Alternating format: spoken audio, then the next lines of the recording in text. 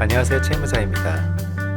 이번 영상 제가 쭉 연재하고 있었던 개인회생 후기 신청부터 인가까지 그 6번째 시간인 보정 권고 편입니다. 제 사건에서 실제로 제가 받았던 보정 권고문을 여러분과 함께 보면서 이제 제 사건을 기준으로 한 보정 권고에 대한 이야기들을 좀 드려볼 거예요. 그래서 회생위원들이 제 사건에 대해서 어떤 부분에 대해서 궁금해했는지, 그리고 그 보정 권고들에 대해서 제가 어떻게 대응을 했는지, 이런 것들을 쭉 이야기를 드릴 겁니다. 그렇게 해서 여러분들도 여러분 사건에 참고하실 수 있는 그런 영상이 될 수 있을 거예요. 자, 그럼 시작해 보겠습니다. 본격적으로 들어가기 앞서서 보정 권고란 무엇인지 아주 간단하게 짧게 한번 보고 갈게요. 제 블로그나 영상들에서 자주 언급하는 서울회생법원의 실무준칙에도 나와 있는데요. 이제 개인회생 편에 보면 제3조에 회생위원회 보정 권고라고 이렇게 나와 있습니다. 회생위원은 회생위원의 업무 수행을 위하여 필요한 경우 서면으로 채무자에게 보정 권고를 할 수 있다라고 되어 있습니다. 그리고 참고할 수 있게 회생위원회 업무에 대해서도 좀 보면 좋은데요. 채무자 회생 및 파산에 관한 법률, 우리의 개인회생 사건의 주 법률입니다. 여기 이제 602조에 보게 되면은 회생위원회 업무가 나와 있고요. 여기 있죠. 회생위원은 법원의 감독을 받아 다음 각 호의 업무를 수행한다. 이제 가장 중요한 게 채무자의 재산 및 소득에 대한 조사. 사실상 회생위원이 여러분 개인회생 사건에 어떤 결정권자라고 보셔도 괜찮은 거거든요. 물론 위에 이제 판사님이 계시지만은 실무선에서는 회생위원이 짱입니다. 와우. 그리고 여기 아래쪽만 좀 볼게요. 채무자는 법원의 명령 또는 회생위원회 요청이 있는 경우에는 재산 및 소득, 변제 계획, 그 밖에 필요한 사항에 관하여 설명을 하여야 한다라고 표시가 되어 있습니다. 그리고 그 업무 중에 하나가 바로 보정 권고인 거예요. 자, 그럼 이제 본격적으로 제 사건의 보정 권고를 함께 살펴보겠습니다. 저의 경우에는 총 6개 항목의 보정 권고를 받았고요. 그냥 단 한 페이지짜리 비교적 간단하고 쉬운 보정 권고를 저는 받았다라고 생각을 합니다. 하나씩 그러면 넘어가면서 보정 권고문을 들여다볼게요. 일단 보정 1번입니다. 매우 빈번하게 나오는 거예요. 저만이 아니라 다른 많은 개인회생 신청자들에게 아주 그냥 공통적으로 잘 나오는 보정 권고입니다. 대출금 사용 소명인데요. 보통은 이제 최근 대출인 경우에 이 보정 권고를 받게 됩니다. 자, 이게 보시면은 제 실제 채권자 목록이에요. 제 사건에. 저 같은 경우에 이제 3번 맨 위에 있는 건데요. 여기 보시게 되면은 맨 위에 있는 이 금액 3천만 원이 최초 대출 실행 금액이에요. 그리고 이제 아래쪽에 연체 금액, 그때까지 이제 갚지 못하고 개인회생을 들어가게 되었던 금액이고, 그 아래는 그 금액에 대한 연체 이자입니다. 그리고 개인회생 채권 목록에 최종적으로 등재된 채권 현재액이라고 되어 있는 부분, 요게 이제 갚지 못했던 원래 이제 연체 금액하고 연체 이자가 포함된 금액이에요. 다시 한번 이제 보정 권고문을 보게 되면 369번 채권이잖아요. 그 369번 채권에 대해서 한번 볼게요. 각각 카드사와 은행 그리고 저축은행이었습니다. 그리고 각 대출의 신청일 기준의 경과 기간이었어요. 남들은 몇 달 거 이렇게 나온다고 하는데 저는 조금 놀랐었습니다. 왜냐면 1년이 조금이긴 해도 지났던 대출이었는데 소명 요구를 받은 거예요. 13개월 된 녀석들이 있었고요. 그 다음에 아주 짧게는 딱 3주만 되었던 대출도 있었습니다. 그리고 제일 긴 거는 받은 지 15개월 정도 잘 갖고 있다가 개인회생 들어갔던 채권에 대해서도 있었어요. 그냥 간단하게 먼저 말씀드리면은 3주 되었던 대출 같은 경우에는 대환 대출이었어요. 그러니까 원래 제가 A라는 은행에 가지고 있었던 마이너스 대출이 있었는데 이제 만기가 돌아왔고 더 이상 연장이 안 되고 또 상환도 못할 상황이었거든요. 돈이 없어서. 그래서 이제 은행 창구에 대출 상담계 직원분하고 한참 막 한숨 푹푹 쉬면서 노력하다가 이게 원래는 마이너스 대출이었었어요. 제가 몇 년 동안 쓰고 있었던. 근데 이거를 그냥 서로 어떻게 이야기가 잘 되어가지고 그냥 세이망홀씨로 전환을 했던 거예요. 그렇기 때문에 최근 대출로 기록이 되긴 했었지만은 사실상 오래된 대출이었던 거죠. 그래서 저는 전혀 문제된 부분이 없습니다. 그 부분에 대해서 명확하게 소명을 다 했었고요. 자, 한번 이제 실제로 한번 대출금 사용 내역 여기 한번 볼게요. 대출금 사용 내역을 표로 만들어 설명하시고 사용 내역을 증명할 자료를 제출하십시오. 요 내용이거든요. 이 영상에서 제가 실제로 엑셀 표에다가 뭐 이렇게 해갖고 표를 만들고 하는 걸 보여드리진 않을 거예요. 왜냐면 여러분들이 사무실이랑 이제 진행을 하게 되면 사무실에서 아마 그 기본 양식이나 이런 건 제공할 거고 대충 설명도 해주긴 할 거거든요. 어떻게 작성하라는지. 근데 이제 제가 이 영상에서는 기본적으로 그 대출 사용 소명 내역을 작성하는 개념과 원칙에 대해서만 제가 한번 쭉 설명을 드리고 갈게요. 여러분이 최초에 대출을 실행을 했던 은행이 있습니다. 안녕은행이라는 은행이 있고요. 그 안녕은행에서 1,000만 원을 여러분의 주거래 통장인 컨트리은행 통장으로 돈을 받았어요. 그러면 이 1,000만 원 컨트리은행에 들어온 대출금 1,000만 원이 어떻게 사용이 되었는가를 전부 다 밝히셔야 돼요. 1,000만 원이 완전 소멸될 때까지. 그래서 작성 원칙이 좀 있거든요. 그래서 이 작성 원칙에 이게 이야기되어 있는 부분들이 여러분이 작성하는 그 대출 사용 소명 표에 전부 다 기록이 되어야 됩니다.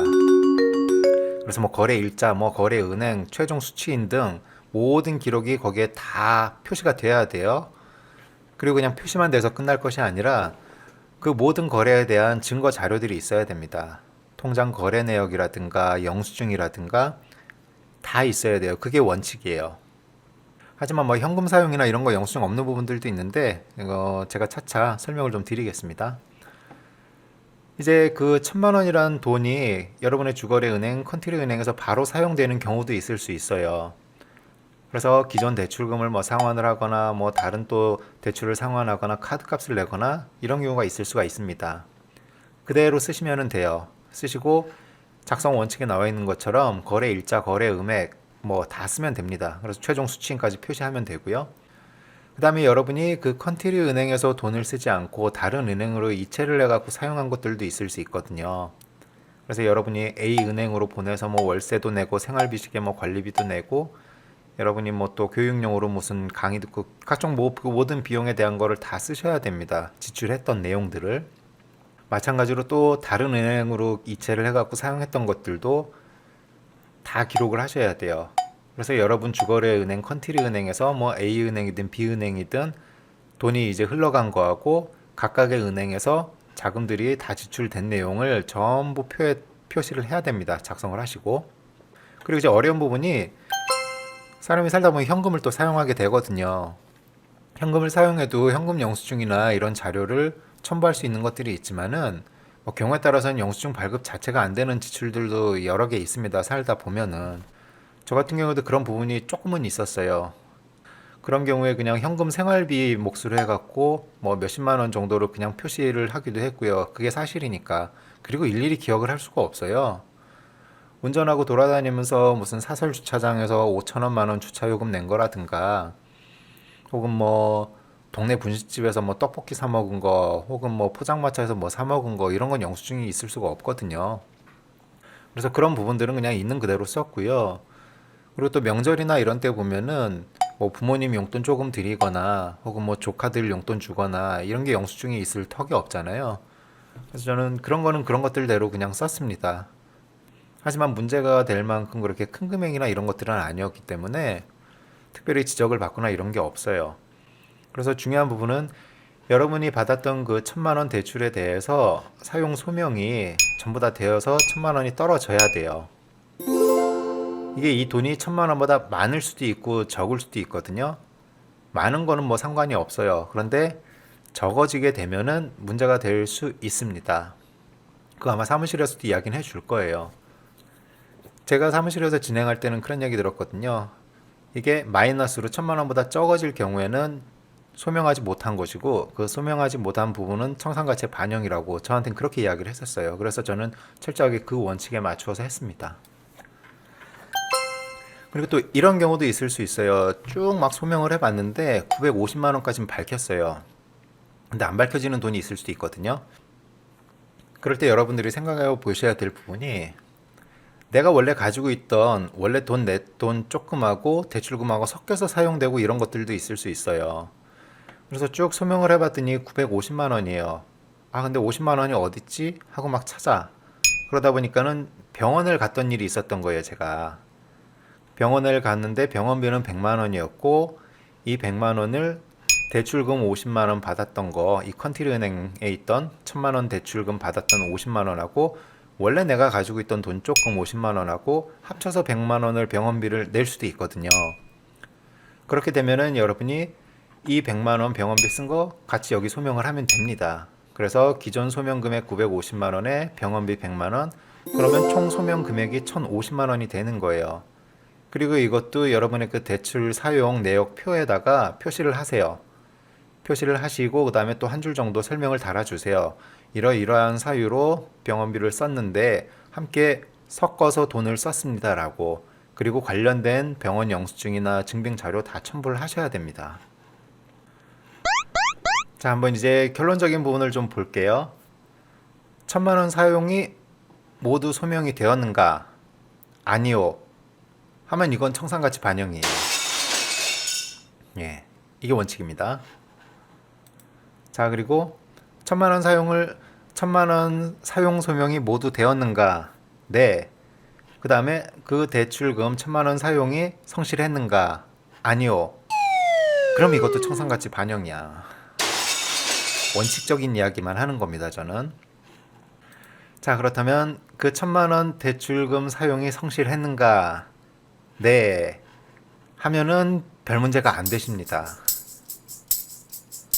그리고 1000만 원 사용 그 소명을 일단은 해야 돼요. 성실한 것이든 설령 불성실한 것이든 불성실하게 사용했을지라도 있는 그대로 고백하고 소명하는 게 맞습니다. 판단은 회생위원이 하실 거예요.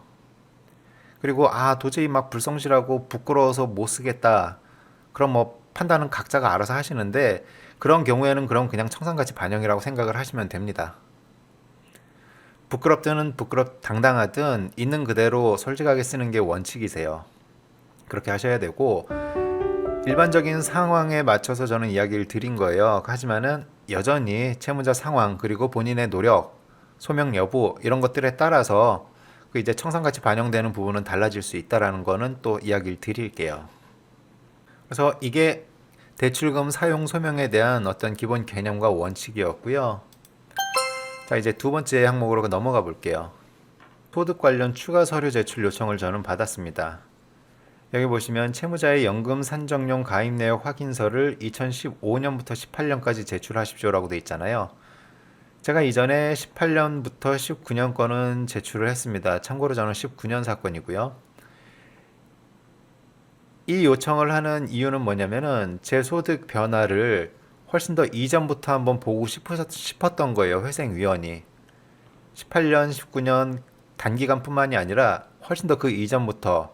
그래서 제 소득이 적정했는지, 왜냐면은 뭔가 좀 꼼수를 부리는 분들도 있거든요. 그래서 원래는 소득을 뭐 많이 벌고 있던 사람이 회생을 위해서 소득이 낮은 직장으로 옮기거나 혹은 소득 신고를 낮게 하거나 이런 분들이 있을 수도 있단 말이에요. 그런 거를 이제 방지하고 잡아내기 위해서 이런 자료를 요청을 하세요. 근데 저 같은 경우는 당연히 이제 문제될 게 없죠. 그래서 있는 그대로 성실하게 진실된 서류를 그대로 제출을 했습니다. 그리고 참고로 그 관련해서는 아까 그 연금 산정용이라는 게 국민연금 이야기를 하는 건데요. 여러분들 개인회생 하시는 분들이면 기본적으로 이제 대한민국 법원 어플은 다 있을 것이고 그것과 더불어서 한번 국민연금 어플도 하나를 깔아 놓으세요. 그렇게 되면은 적어도 여러분이 사회생활하면서 국민연금을 납부하셨던 분들이라고 하면은 이 어플 국민연금 어플 들어가서 보게 되면 여러분의 사회생활 기록이 그냥 다 나옵니다. 여러분이 직장을 옮겼던 것들부터 해가지고 각 직장별 여러분이 받았던 월급, 그러니까 소득 신고했던 금액들 다 나오게 되고 그에 따른 국민연금 납부했던 금액 뭐 이런 게 모든 게 다 나오게 돼요.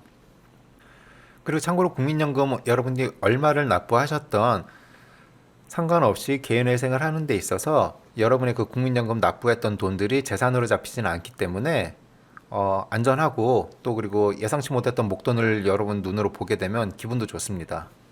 그래서 국민연금 어플 하나 깔아두시고 여러분의 소득 변화나 이런 거 본인이 체크할 수 있다는 거 알아두시면 좋을 것 같아요. 자, 그리고 보정 세 번째였고 거주지 관련된 소명인데요. 이거 역시도 꽤 비교적 자주 나오기도 합니다. 여기 보면은 무상 거주지 임대차 계약서를 제출하십시오 돼 있잖아요. 제가 이제 다른 영상에서도 한두 번 이야기했던 것 같아요. 비밀리에 진행을 하다가 개인회생을요. 그 이제 비밀이 탄로날 상황이 이런 때 이제 생기는 거예요. 여러분들이 이제 부모님과 함께 살고 있거나 이런 경우 집 계약서가 어디 있는지 모르는 분들이 대부분일 거니까. 그래서 알아서 둘러대십시오. 저도 굉장히 난처했었고, 그런데 이게 이제 임대차 계약서를 제출하십시오. 뭐 자가든 뭐든 계약서를 제출을 해야 되는데 실제 계약서를 법원에 보내거나 이러지는 않아도 되고요. 어떻게든 집에서 여러분들이 뭐 입수를 하면은 휴대폰으로 사진을 하나를 찍으세요. 예, 저는 그런 식으로 사진을 찍었고 사진 찍은 상태에서 인쇄해서 제출을 했습니다. 그리고 문제된 부분은 없었고요.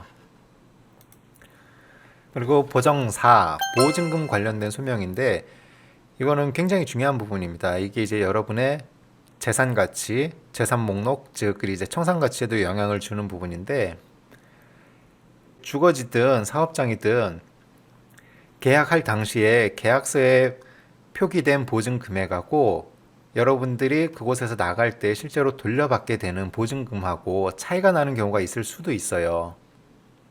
무슨 말이냐? 뭐 경우에 따라서는 보증금이 이를테면 1,000만 원이었어요. 그런데 집주인이 뭐 이사비 지원 뭐 어쩌고 저쩌고 해서 아예 보증금 그냥 900만 원만 주고 그냥 100만 원은 나중에 뭐 이런 경우들도 있을 수 있고, 또한 원래 1,000만 원이었고 그랬는데 여러분이 월세를 뭐 어떻게 좀 힘들어서 못 냈어요. 그래서 뭐 두 달을 못 내.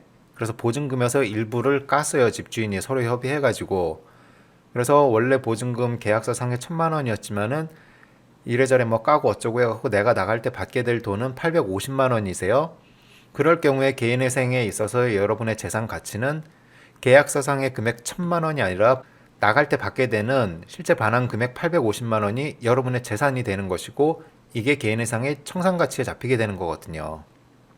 여러분 이 부분은 잘 따져야 됩니다. 저 같은 경우에 제 사무실하고도 제가 좀 짜증났던 부분이 바로 이런 거였단 말이에요. 아무튼 이 부분을 이야기를 하신 거예요, 회생위원이. 저는 제 이제 사업장에 계약서상에 나와 있는 그 보증 금액하고 제가 실제로 나갈 때 받게 되는 금액하고 차이가 났고, 실제로 나갈 때 받게 되는 금액이 더 적었단 말이에요. 저는 그런 자료들을 진작에 서류 제출해서 작성을 해서 보냈던 거였는데 이분은 좀 회생위원이 조금 이해를 잘 못했던 것 같아요. 그거를.